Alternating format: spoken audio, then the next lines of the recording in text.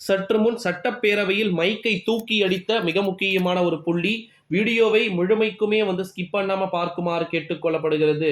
குறிப்பா பார்த்தீங்கன்னா, திமுகவாக இருந்தாலும் சரி, அதிமுகவாக இருந்தாலும் சரி, மைக்கை தூக்கி பிடிப்பதும் சரி, மற்ற விவகாரமான சட்டசபையில அனைத்து விவகாரத்தையுமே ஏ டூ இசட் எல்லாத்தையும் பண்ணக்கூடிய திறமையும், திராணியும் ஒரு கட்சிகள் கிட்ட ஒரு மாதிரி இருக்கிறத நம்மளால பார்க்க முடிகிறது. இந்த ஒரு சூழ்நிலையில தான் சட்டசபையில் பேசிக் கொண்டிருக்கும்போது சபாநாயகருக்கு ஒரு மரியாதையே கிடையாது. சபாநாயகர் ஒரு ஆளாக கூட பார்த்தீங்கன்னா மதிக்கிறது கிடையாது நம்முடைய அதிமுகவினர். காரணம் என்னன்னா, மன்னிக்க அவர் சபாநாயகர் கிடையாது. அவர் திமுகவின் பிரமுகர் அப்படின்ற ஒரு ரொம்ப பகிரங்க குற்றச்சாட்டை முன்வைக்கிறாங்க.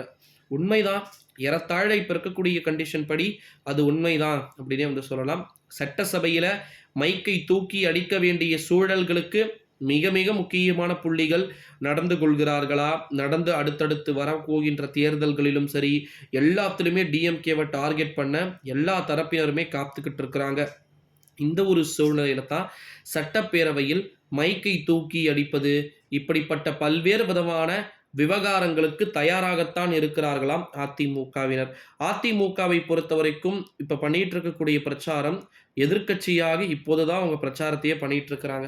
பிஜேபி தற்போது ஓரளவு விழுந்திருக்கிறது, அதிமுக ஓரளவு வளர்ந்திருக்கிறது அப்படின்னே சொல்லலாம். இந்த ஒரு சூழ்நிலையில தான் சட்டப்பேரவையில மைக்கை தூக்கி அடிக்க வேண்டிய சூழ்நிலைக்கு மிக மிக முக்கியமான புள்ளிகள் தள்ளப்பட்டு இருப்பதாக நமக்கு தகவல்கள் என்பது கிடைக்கப்பெற்றும் கொண்டு வருகிறது.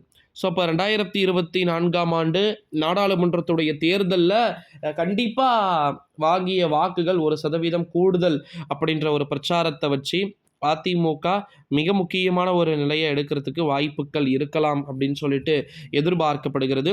சட்டசபையில் மைக்கை தூக்கி அடிக்க வேண்டிய சூழ்நிலைக்கு மிக மிக முக்கியமான புள்ளிகள் தள்ளப்படுவார்கள் எனில் நிச்சயமாக அது அரசியலாகவே பார்க்கப்படுவதற்கு வாய்ப்புகள் இருக்குது நண்பர்களே. ஸோ பார்க்கலாம் அஃபிஷியல் அப்டேட் எப்போ வருது, என்னென்ன மாதிரியான தகவல்கள் நமக்கு கிடைக்க பெறுகிறது அப்படின்றத எல்லாத்தையுமே நம்ம ஏ டு இசட் பார்க்கலாம்.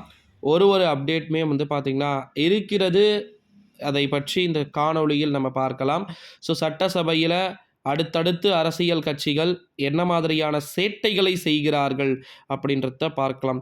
சட்டப்பேரவை என்பது மிக முக்கியமான ஒரு இடம், ஓகேங்களா? அந்த இடத்துல கஞ்சாவை எடுத்துகிட்டு போனவனா இருக்கிறான். அப்புறம் பார்த்திங்கன்னா அந்த பேர் என்னது, ஜெயலலிதாவை எப்படி சொல்கிறது, ஒரு அசிங்கப்படுத்தியதும் இருக்கிறது. ஸோ எவ்வளோ விஷயங்கள் இருக்கிறது. ஸோ அது எல்லாத்தையுமே நம்ம வெயிட் பண்ணி தான் பார்க்கணும். இந்த வீடியோவை மறக்காமல் பார்த்திங்கன்னா எல்லாருக்குமே ஷேர் பண்ணுமாறு கேட்டுக்கொள்ளப்படுகிறது. சட்டப்பேரவையில் நடக்கக்கூடிய அடுத்தடுத்த காட்சிகளை உங்களுக்கு தொடர்ந்து தொகுத்து வழங்கு